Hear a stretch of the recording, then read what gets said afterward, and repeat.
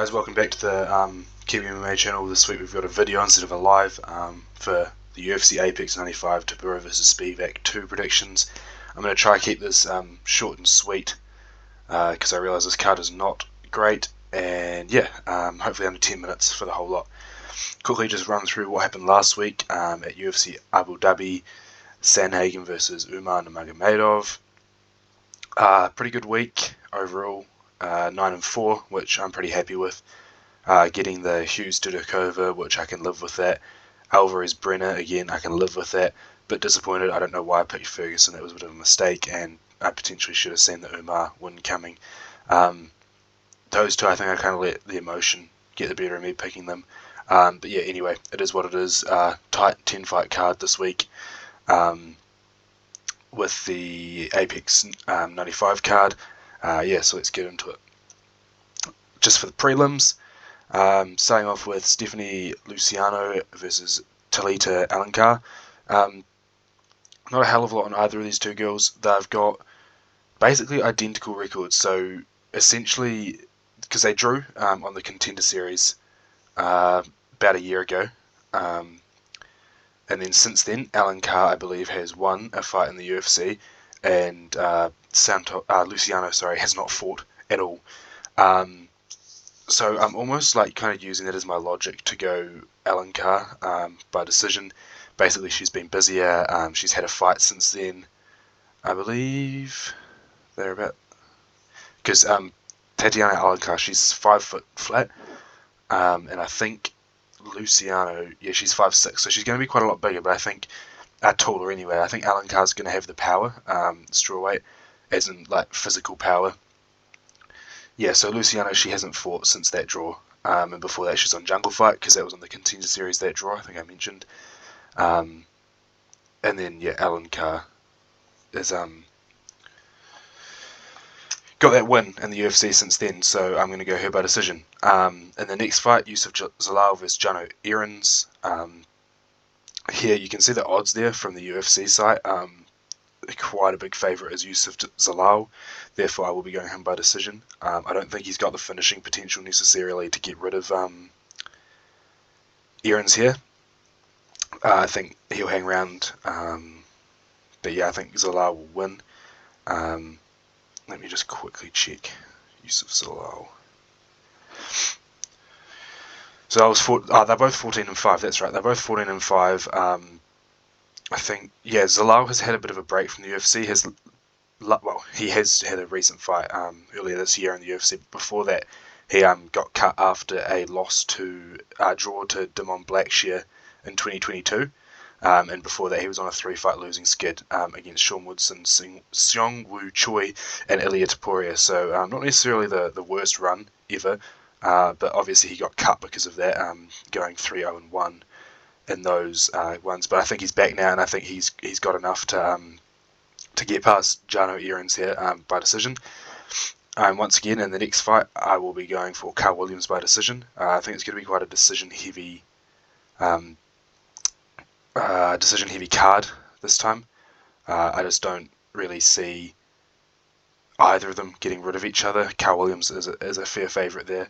I think rightly so. Yeah, I think he's going to work his wrestling. He's one of the better grappling heavyweights, I think.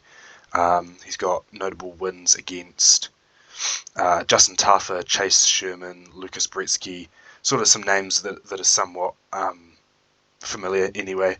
All decision wins, including his one on the Contender Series was a decision win. Hasn't got a finish since he's been on the regional scene. And then we obviously got Denise across from him, who I believe is debuting 7-0. Sorry, no, he's got a win against Austin Lane, knockout against Austin Lane in the UFC.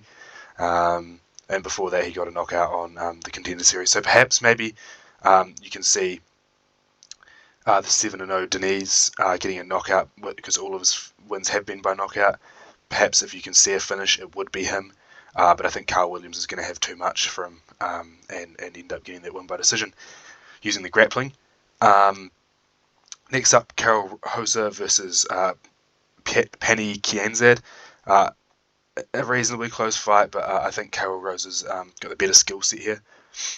She is coming off a loss against Renal Dan Previously, has lost to Norma Dumont and Sarah McMahon, so decent fighters. But got wins against Giannis Santos, who is also fighting on this card, I think. Anyway, split decision win against her, and a majority decision against Landsberg. So I think Carol Hose is going to get this one by decision. But don't be surprised if it's close, because by the looks of it, she likes to leave it close in her decisions. She got 4 knockouts in her career. I just don't see her finishing Penny Kianzad here. So that's the prelims, 4-fight prelims, nice and small. Now we got the 6-fight main card. Starting off with Tsuyomi Kazama versus, I'm going to try, Charalampos Gregorio. Here I've got Gregorio by knockout. This is a tough one because Kazama is coming into this fight 10-4. So not a terrible record. The silent finisher.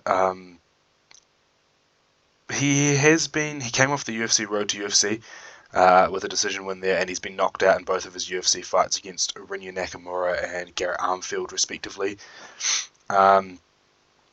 It's kind of a tricky one because Gregorio is 8-4, which is not the greatest record, especially considering not many of those fights have been in the UFC, most of them for Cage Fury.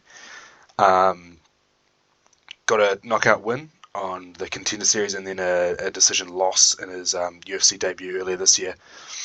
He has got most of his wins come by KO, 6-2 of his 8 wins, 6 knockouts, 2 decisions, makes sense.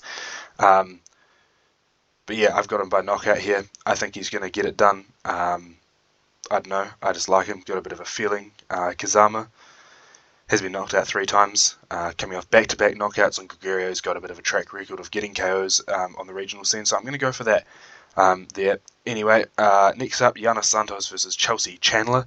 I didn't realise Chelsea Chandler only had 8 fights. I thought she was more experienced than that. So that's led me to go for Giannis Santos here. Also, Chelsea Chandler blew weight by like 6 pounds today. So yeah, that's pretty much all there is to it. I mean, look, in the UFC, Chelsea Chandler's got wins against Stoliarenko, and Josiane Nunes, who's about 5 foot at bantamweight, which is interesting. And then she's lost to Norma Dumont. I think that was quite an iconic photo of Chelsea Chandler running away from Dumont in that fight. I think that's the way around it was. I don't think it was the other way. Anyway, Giannis Santos coming off 3 losses to Aldana, Holly Holm, and Carol Hoser, featured earlier in the card. But she also has wins over Ketlin Vera, which is a good win, and Stoliarenko. So I decided to go Santos by decision. I would be lying if I didn't mention that part of this is due to the weight miss. It depends. Sometimes I go for fighters that miss weight by lots because it's like, oh, they're going to be bigger, but then sometimes it's like, oh, did they blow a weight cut? Sometimes with the ladies, I find it's because they blow the weight cut quite badly. So, I'm going to go Giannis Santos here by decision. Next up, Chris Gutierrez versus Quang Lee. Now, this is quite an interesting fight because Quang Lee is 32, so by no means a spring chicken, but he's 8-0. 2 knockouts, 3 subs, and 3 decisions. He has not fought in the UFC yet, so this is his UFC debut. But Chris Gutierrez is a vet at 26-2 as his record. 9 knockouts, 10 decisions, 1 sub. I like him to get a knockout here against Quang Lee. I think he's going to show him levels. He is the dog, plus 200 underdog. So obviously the bookmakers are seeing something in Quang Lee. And to be fair, Chris Gutierrez has been pretty up and down lately with that knee knockout against Frankie Edgar, and he got a unanimous decision against Alateng about a year ago now, just under a year ago, and then losses to Munoz and Song Yudong, which to me, not bad losses at all. They're decent fighters. So Gutierrez by KO here. I think he's going to show him levels. Next up, not going to spend much time on this fight at all. Barlow versus Varentikov.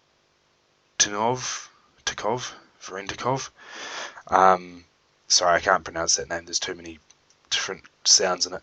I'm going Barlow by KO. Barlow, I think was Quinlan, was it his last fight? Yeah, the TKO against Quinlan. I was super impressed, man. I watched that fight. He looked so good. Super smooth. Got a nice range. I think he's 6'2", which is pretty big for welterweight. He did miss weight, but I think it was by a quarter pound or something, so that's kind of tough. Yeah, I'm going to go Danny Barlow by knockout, and I like his prospects in this division. I'd like to see him get a bit of a step up after this fight, like Quinlan, and then I believe Vrutnikov is debuting. Yeah, so this is a debut against Danny Barlow. I think it's setting up for Danny Barlow to get a finish and show out. So yeah, Danny Barlow by knockout. Damon Jackson versus Chip Mariscal. I don't know. Damon Jackson is a bit average, to be honest. I've watched a few of his fights lately. I caught the Alexander Hernandez split decision win, and I thought it was okay. But previously to that, he lost to Quarantillo and Dan Ige. He's had 3 fights in the last couple of years. Yeah, so not too bad. Activity wise, this fight's now being fought at a 150-pound catch weight because Chip missed weight, I believe. Did he miss weight, or was it booked? It says featherweight on the UFC website, and I think it's I think Chip may have missed weight. Anyway, Chip's a pretty big favourite, coming off a decision win against Morgan Charrier, and then obviously that arm injury against Jack Jenkins, were his last couple of fights, and then Trevor Peek, which that's a win. It's something, and Chip Mariscal is somewhat of a knockout artist with 7 of his 16 wins coming by knockout. So I'm going to go him by knockout here against Damon Jackson, who is a little bit chinny, in my opinion. Just from the couple of fights I've watched, he sort of gets touched and then goes down. Dan Ige got knocked out against, that was tough. And he also got knocked out by Ilia Topuria quite some time ago. But yeah, now moving on to the main event, Marcin Tybura versus Sergey Spivac. I've already blown over the 10 minutes by so much. That's okay. Tybura versus Spivac. Tybura obviously had that loss against Aspinall. Was that his last fight? I think it was. And then Spivac's last fight was a KO loss against Garn.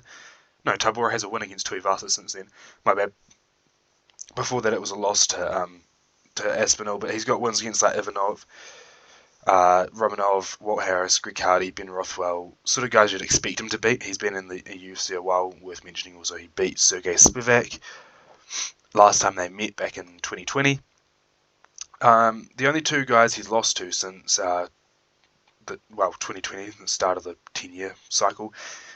2020, his only 2 losses are to Volkov and Aspinall, 2 really good guys. And how I see it, and I was listening to a podcast this morning and they said it, so credit to them, and I agreed with it. Sort of how I see the heavyweight division is that there's sort of the top guys. There's I think it's 1 through 7 or something. You sort of got at the top of that, obviously John, the champ, and then Tom, the real champ, the interim champ. Down to, I think, Almeida, Jolton Almeida, sorry, I had a mind blank. Jolton Almeida at 7th.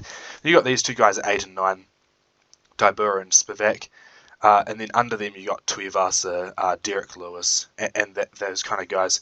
So I think these guys are sort of right in the middle. They're going to beat all the blobs below them, or likely going to beat all the blobs below them because they're pretty well rounded. But then once they get up into the elites of Almeida, Blades, Garn, Aspinall, Jones, obviously. Who else is up there? I can't remember off the top of my head. Anyway, but once they get up to those guys, they're probably going to fall to them. Because it's kind of a close fight because it's tricky. Because what I've seen of Tybura lately has been fairly impressive. Obviously, he got knocked out by Tom, but that win against Ty was pretty impressive. He just kind of stifled him and neutralized the threat on the feet completely. And obviously Spivac's a bit of a different fish to fry than Tai Tuivasa, obviously. But yeah, damn, this is a tough one. I've gone Tybura by knockout. I think he's going to overwhelm him. It's tough, man, because if it gets to the ground, I think Spivac might get him. But then again, Tybura, I always think of Tybura as quite a short heavyweight, but they're both 6'3", and I think of Spivac as a tall heavyweight. And Spivac has lost 5 times by knockout. Yeah, so that's my pick. Marcin Tybura by knockout. Not that confident, as you can probably tell, but it is what it is. Overall, looking at the card, Spivac, Tybura headlining it. That's, like, no offense, but the only real good fight, good scrap on the card. Obviously, you got the likes of Danny Barlow looking to show out. I think Chris Gutierrez is live for a Quang Lee upset. As in Gutierrez winning that one, obviously, and then there's a few women's fights sprinkled in there. And yeah, it's a fairly solid card. I would give it like a 5 out of 10 for an Apex card even. Obviously, overall it would be like a 2 or a 3, but for an Apex card it's a 5 out of 10 or something. Yeah, tune in to the main event, I reckon. Everything else probably could be left unless you have a special attachment. I'd probably watch the Danny Barlow fight personally, keep up with that one. But other than that, there's not a hell of a lot going on. But yeah, appreciate you guys hanging around. This was a bit longer than I wanted it to be. I went a bit more depth than I wanted to. But yeah, anyway, cheers for listening. Drop a like and subscribe if you can. And we'll be back next week with the 305 predictions, which I'm personally very excited for. Adesanya versus Duplessis. It's going to be a great card, and I should have some more insight with that as I know the fighters a bit better. Cheers. Bye.